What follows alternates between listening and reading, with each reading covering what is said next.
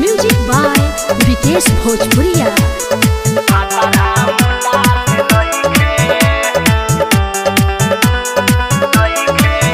हमारा खेपात नइखे ए सखी पियावा मोटात नइखे।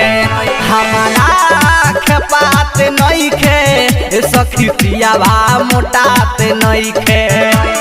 केतनो ले करी माना खाना धोके खाली ओइके।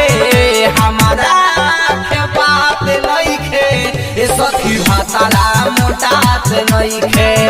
हमारा खेपात नइखे ए सखी पियावा मोटात नइखे।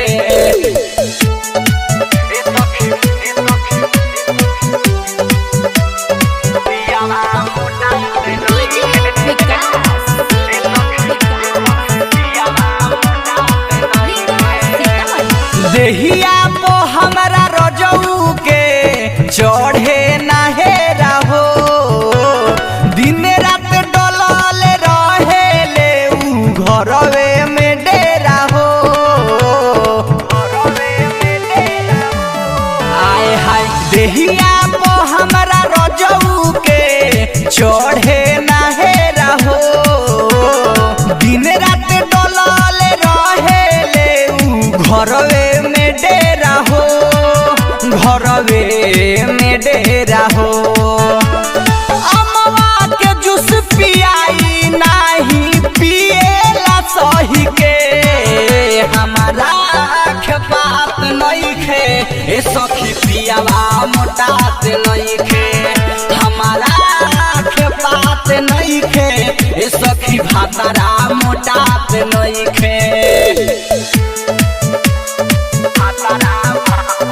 म्यूजिक बाय विकेश भोजपुरिया।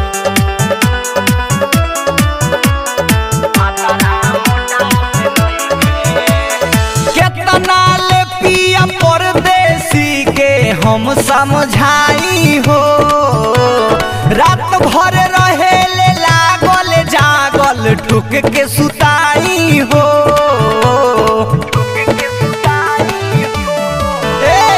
केतना ले पिया परदेसी के हम समझाई हो।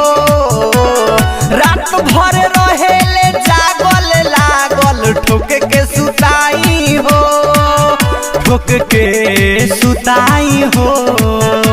क्षण भर के दूरी दीपक से सहात नइखे। हमारा खेपात नइखे ए सखी भातारा मोटात नइखे। हमारा खेपात नइखे ए सखी पियावा मोटात नइखे।